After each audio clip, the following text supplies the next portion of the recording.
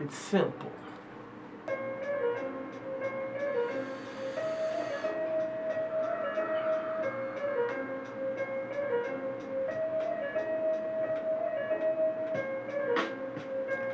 Yo, yo, yo.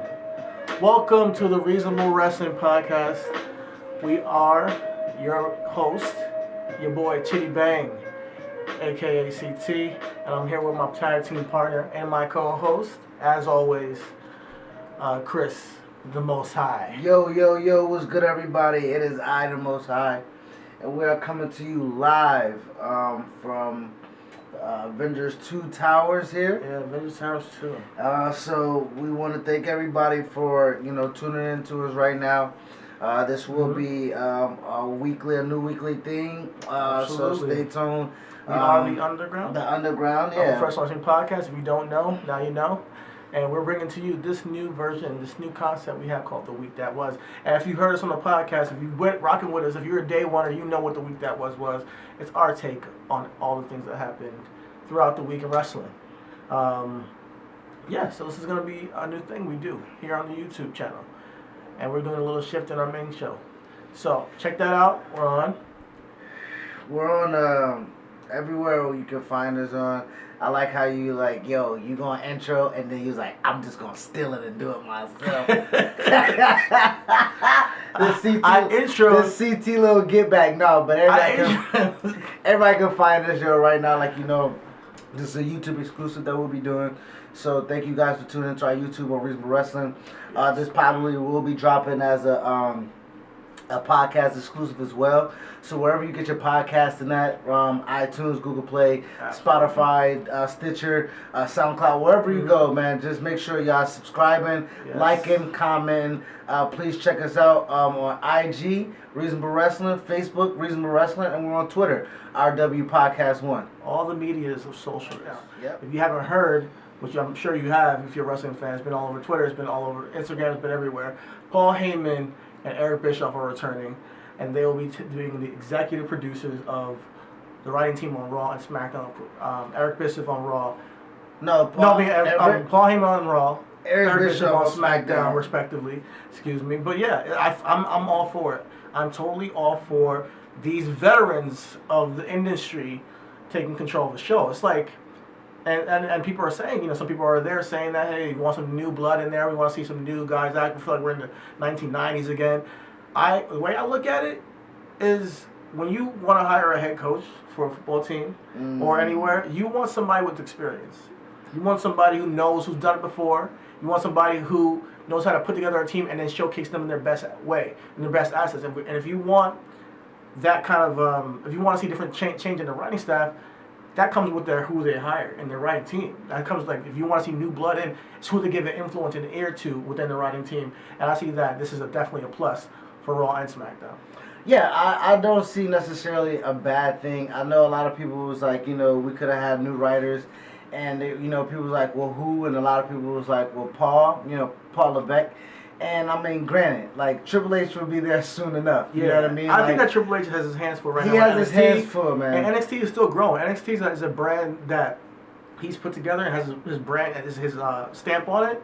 Let him rock with that. Let him keep doing that. And let him keep. And as talent keeps being plucked away, his hand needs to be there to groom the new talent. Absolutely. They have this breakthrough tournament right now. Angel Garza, ACH or Jordan Miles, Isaiah Scott, aka or FKA Shane Strickland. Who else is there? Trevor Lee is there. There's a ton of DJZ. There's a ton of talent. You know what I mean? Jonah Rock. And there's a ton of talent that we have yet to see. Exactly. In the PC. Exactly. We're down here in Orlando. We see a lot of guys from time to time. I'm glad that we finally got to see Punishment make his re-debut. Damian Priest he's now known as. You know what I mean? So. And I see NXT has a bright future. So keep Triple H there to cultivate that young talent. You got Shawn Michaels there. Road Dogg there, right there. Road Dogg's down there. X-Pac makes his appearances down there. And we all love DX, so if these guys have a hint of these guys' image being portrayed on NXT or their kind of brand of wrestling, I'm all for it. And I can't wait to see what they have in store for us in future NXT. So I don't want to take Triple H out of that atmosphere just yet. But yeah. So Paul being, excuse me, everybody knows, man. By now, this is the show. This is what we do. Paul Heyman being on Raw, with the roster that he has on Raw, being able to now get storytelling. Okay. I think that's really what it is. We're wrestling fans, and a lot of obviously all is coming through Vince too. Obviously it's going through Vince, but my thing is that realistically, Paul Heyman is not going to be the one that's going to pass that script off to a wrestler or a performer and say, hot dog stand. Mm-hmm. You know what I mean? It will be something of substance, something that will grant violence, which is wrestling. Wrestling is violence. We need something other than a tug of war, or arm wrestling, or the women to just have the very top surface. I don't like you, bitchy, catty. It's just catty, kind of drama, proper stuff. I think Paul Heyman's going to bring a sense of grittiness that Raw has been lacking for years. And I don't even necessarily want gritty. Not gritty, but I just need stuff to make sense. Exactly. And I just need that to make sense. Makes sense, and I think in terms of grittiness, in terms of, because he's based on reality. Not everything is violence with him. Him and Brock Lesnar is just showing. It's violence, but it's him showing him as a powerful force. He's been manager of Cesaro. He knows how to paint people in their best light. He did a great job of that in ECW, where he's taking people who have no wrestling skill, and you love him today because he knows how to paint them in their best light. Look at Sandman. He's one of the.